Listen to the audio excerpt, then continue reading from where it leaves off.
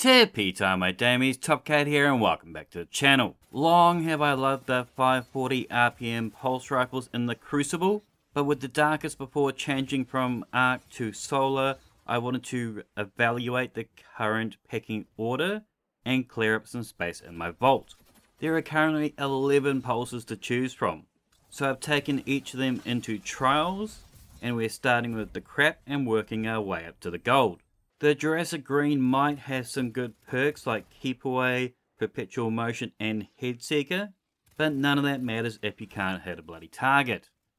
But even with perfect recoil, its bullet grouping is less up and down and more just cross your fingers and pray you hit inside the sight. I would just bin this as the Outlast is a lot better solar option, and it has a decent reticle sway. Its stats are marginally better across the board, but it's still on the lower side. But with 60 recoil direction, you'll be able to get away with just an arrowhead break and not be forced to run a counterbalance mod like most of the others in this archetype. And Keep Away kill clip is probably what you're going to want to seek for it. Now, I know a lot of you out there thought the Autumn Wind to be hot shit, but honestly, I didn't like it back in the day, and during this test I walked away with an even worse opinion of it. Being a vendor pulse, it's got a lot of perks, but that also means it's got a lot of perks.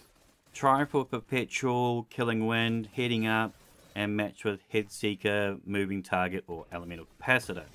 So, good perks. Stats? Stats are actually pretty decent. Got 32 range, 47 stability, 25 handling, and 80 aim assist. It's also got a great recoil at 63 base. So with all this good news, why do I hate this thing? It's this lazy ass wandering reticle. Now I don't mind a little reticle drift if there's a physical scope to centralize your target, but this hollow sight sucks combined with that lazy eye reticle. This is actually a similar tale with the different times.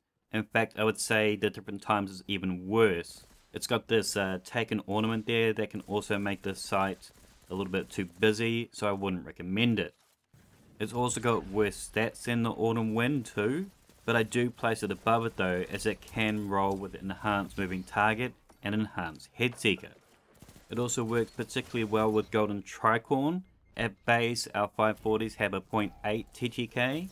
Golden Tricorn times 1 moves this to 0.73 for tier 10 resilience and 0.67 for 7 and under resil. The Unsated Origin trait is good. It's pretty much surplus but in reverse, offering us bonus stability, handling and reload when we have no abilities fully charged. And with cooldown nerfs coming in the March update, this could be a little gem. The Gridskipper actually has the best stats of all our rapid fire pulse rifles. It's got 80 base aim assist. It's one of 3 to land on that 55 recoil direction. So with arrowhead and a counterbalance mod, it hits that perfect 95 recoil. Unfortunately, I couldn't place this higher because of its reticle drift though. But it does have an 18 zoom, which I like. It's only 1 or 2 to have so. Now, most of you would probably go for the Killing Wind Frenzy. I do like this with 6s, but in 3s I've been favouring Moving Target Snapshot. At number 5, I have chosen the Oversoul Edict. Now this can be both adept and crafted, and it's with a heavy heart that I place this down here, as I really worked pretty hard to get the role I wanted. I've got Enhanced Eye of the Storm and Enhanced Head Seeker. These two together are absolute poetry. With Enhanced Head Seeker adding aim assist and raising our crit damage, and Eye of the Storm giving us neg 40 accuracy cone growth, and an additional neg 17 when we drop below 156 HP. Even when your foes try and teabag spam you, you'll still be landing crits. And with these two traits enhanced, we also get another 10 stability. It's got great sights and little reticle sway, but it does have negative sadly. It's got the lowest recoil of all our rapids at 49, meaning that we're still going to need a counterbalance mod to get that 94 recoil, which means we can't take advantage of adept mods. Which is quite a shame, as the Edict also has low range and low handling. Eye of the Storm does also boost our handling a little bit, but not enough to put this further up the list. I put the Scalar in 4th.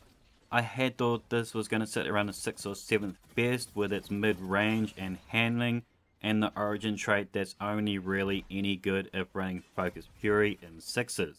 However, with Enhanced Keep Away and Enhanced Headseeker, this really pushed it up the list. But it's the open sights that I loved about this the most, and it's got a very minimal reticle drift.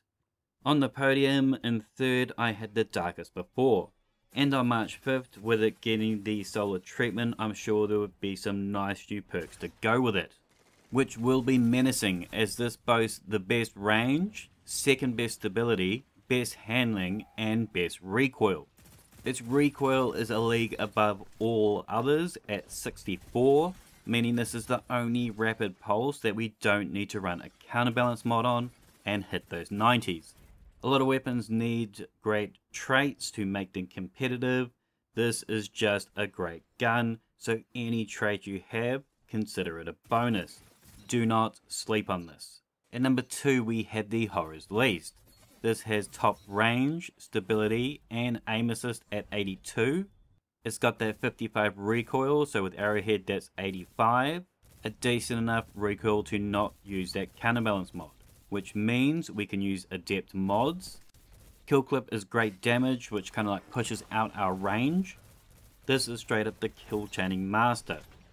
In 6s, heading up pairs quite nicely with kill clip. There is an argument for steady hands. This is a great perk to kill clip cancel, so you can extend that timer. And this weapon's worst stat is handling, so that's quite good there. For me, Perpetual will work the best across all types of game modes. And I can always just bang on the adept mods. I can get another 10 handling to push it over and above all others. But if this is the kill chain master, for me the king of dueling is the Peace of Mind.